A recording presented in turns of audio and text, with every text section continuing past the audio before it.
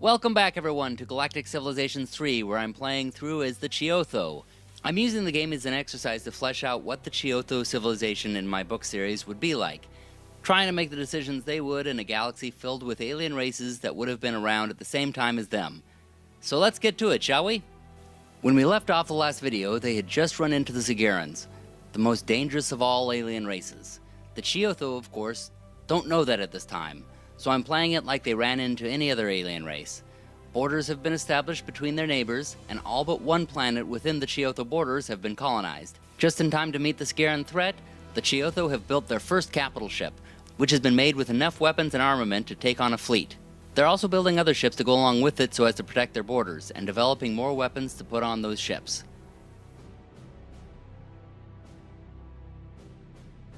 They met a new neighbor known as the Digu, and went about trading technologies with them and all the others around them. The Chiotho are an isolationist race, but they're also practical and realize they need technologies to grow. So they're finding out what each race needs, getting the technology from another race, then trading it with the first for more technologies. Having new upgraded weapons, they decided to develop a new escort ship to go along with the capital ship. They have been building up kinetic weapons, believing them easy and quick to produce. They call this ship the Protector. Of course, all of these ships would have different names that we wouldn't be able to pronounce with human mouths, so I use the meaning for their names. The Sigarans, being the aggressors that they are, attack at the bottom of the map. It's a one-on-one battle.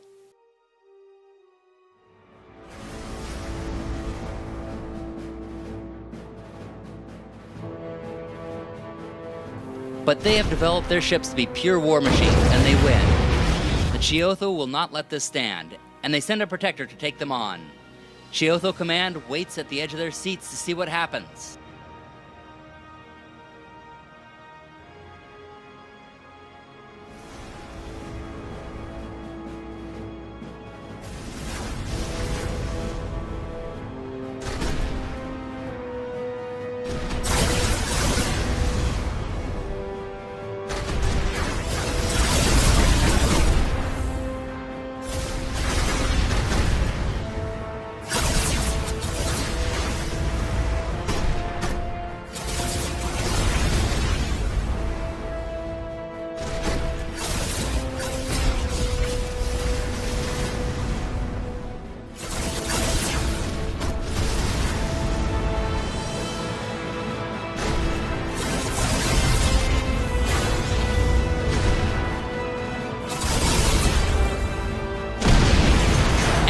Chiotho victory!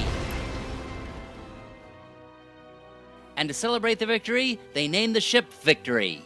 Then, to keep an eye on their violent neighbor, they add parameter scanners and particle beams to their starbase at the border. They develop kinetic miniaturization and begin work on point defenses. A motivational speaker has established himself as a prominent voice in the galaxy, his vague solutions to complex problems capturing the minds of all who hear him. Although no actual problems seem to be getting solved by his techniques, people in every industry are at least getting along better with their neighbors. They complete point defenses and begin a specialization of them. At the border, the Chiotho now have multiple shipyards building warships as quickly as they can. Then the Galactic Senate forms and proposes their first vote. Who will host the United Planets headquarters?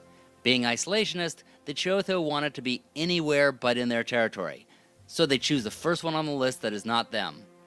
But, much to their chagrin, the other members vote to have the headquarters be in their territory. So they begrudgingly take the lead in diplomatic relations. Regardless, they're still trying to build up their fleet, so they choose to research large-scale construction. At the top of their map, one of their starbases is being enveloped by one of their neighbors. The starbase had been placed there to study relics of an ancient civilization in deep space, and to establish a border. But it was now at risk of being taken over. The Chiotho have other troubles, however, at the bottom of the map. A Protector was being attacked by the Sigarans. Everyone is watching in suspense again.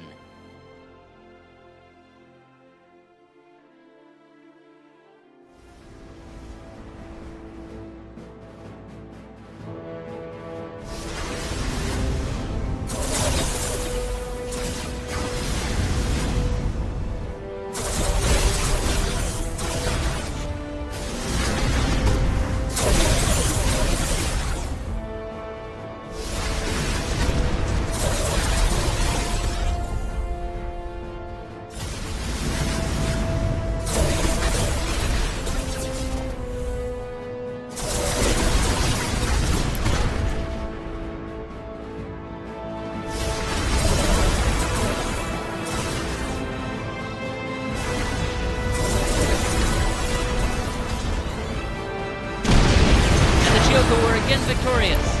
Knowing this was going to be a costly war, they turned to their allies, the Orhap, and asked them to join in on the fight against the Sigarans. They agreed. To secure their borders, the Chiotho built cultural forums on some of their space stations. This would expand and establish their borders. This didn't help against the Sigarans encroaching on their territory with their ships, and they came across and destroyed a scout ship. The Chiotho retaliated with one of their fleets.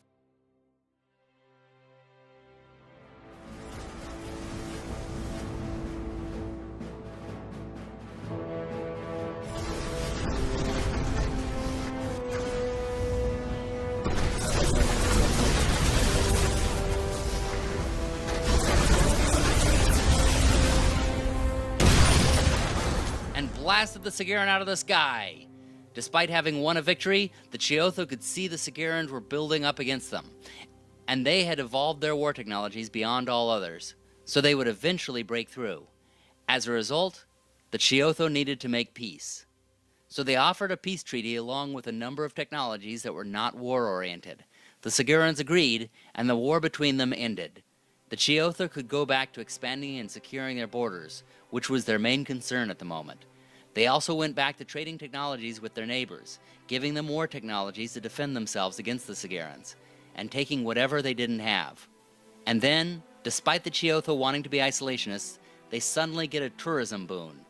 Word has spread throughout the galaxy about just how amazing it is, perhaps eager to see it before war consumes all. Travelers from all races are exploring the galaxy and returning home with stories of their adventures. Our tourism offices report they've never seen such interest from outside visitors and urge us to do all we can to capitalize on it. The borders on the left side of the map continue to grow, enveloping more Chiotho starbases, which are mining ore, and researching ancient relics, which they continue to be fascinated by. They develop large-scale construction and go on to xenoeconomics. They then develop a large-scale ship, the Amida War, intended to defend them if the Sigarans ever became a threat again. They continue to grow their pragmatic ideology, and then some sad news comes in. The Digu are being overrun by the Sigarans. The right thing to do would be to join the war with them against the invaders, but the practical-minded and isolationist Chiotho choose to protect themselves. Soon after, the Digu succumb to the Sigarans. But as they do, they pass on a couple of their planets to the Chiotho. They are separated from the rest of Chiotho space, but they could eventually be connected. Their worlds are full of buildings, so it's a valuable gift. The Chiotho have several technological breakthroughs so they could choose to research point defenses. For a time, there is peace, though disturbingly, the Sigarans keep flying through Chiotho space on their way to attack other civilizations, such as the Orhap, who got into the war because the Chiotho suggested it. The Chiotho continue to keep their heads down. After all, it isn't their fight anymore, and they keep researching past civilizations and what they have to offer. Just to be safe, however, they develop a couple more large ships. Then comes one of the greatest messages they could receive. Their survey teams have noticed a strange subspace wave. It has been opening space-time rifts that are dropping extremely valuable artifact anomalies across the galaxy. It is the greatest priority for the Chiotho, so they tell their survey teams to focus on finding those artifacts above all else. That complete, they continue to develop their technologies in defensive means, preparing for the Sigarans to once again turn on them. They are glad they did when the Sigarans come and threaten them, demanding a tribute of a military technology. The Chiotho are not going to begin going down that road, so they turn them down, and the Sigarans tell them that they will regret that decision. Pulse cannons get developed, and now the Chiotho have a major decision to make.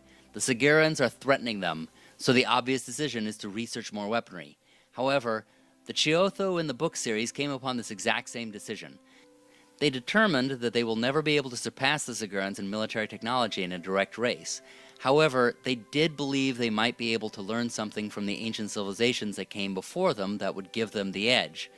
Since that was their decision there, that will be their decision here.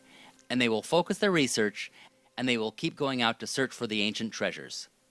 Upon being sent to your nearest colony for study, this strange precursor artifact releases thousands of tiny worker bots that almost immediately complete the planetary project in progress. Sadly, they shut down after completion of the project. The Orhap, now fighting the Sigarans, warn the Chiotho of their military might, and then a slowdown occurs throughout space.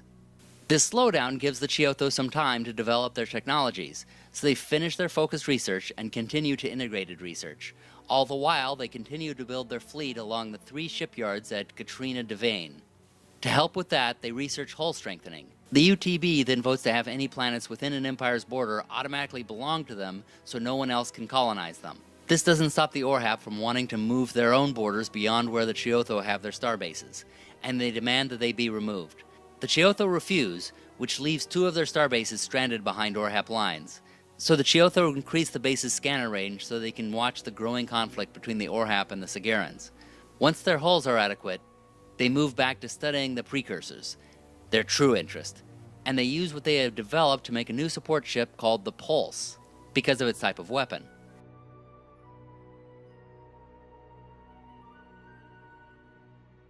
Their explorers continue to explore the galaxy, finding several things that help them build faster. A mysterious orb floating in deep space scans your survey ship before self-destructing. In the aftermath, one of your less intellectually gifted crew members shows remarkable and sudden brilliance. He makes an astounding technical breakthrough before his head explodes. Literally, unfortunately. And they move on to precursor technologist focus. Then the starbases behind Orhap lines send back disturbing information. The Sigarans are swarming through their territory in horrifying numbers and defeating them. Soon the Chiotho get word from their ally. The Orhap have succumbed to their enemies, and their empire is falling. The good news is, they're giving what remains of it to the Chiotho. Though this is a great gift, it is a morbid one. The Orhap are the last major ally of the Galactic Senate. The Chiotho have hidden from this conflict long enough. Now they are the last true empire left, and they will face the Sigarans alone. Hoping their consolidated strength will protect them, the Chiotho look over their new planets, figuring out what to do. As the Orhap's destruction is officially announced, the Sigarans predictably turn on the Chiotho. There is no more negotiation, no more hiding. The Chiotho must fight. This will be in our next and final video. Will the Chiotho be able to defend themselves against the Sigarans? Will the things they learned from the precursor civilizations provide them with what they need to win? Find out next time. And in the meantime, check out the latest Relic Worlds book, which features the Chiotho. It is available for free this weekend on Amazon. You can find the link to it in the description below. For now, thanks for watching, and happy gaming, everybody!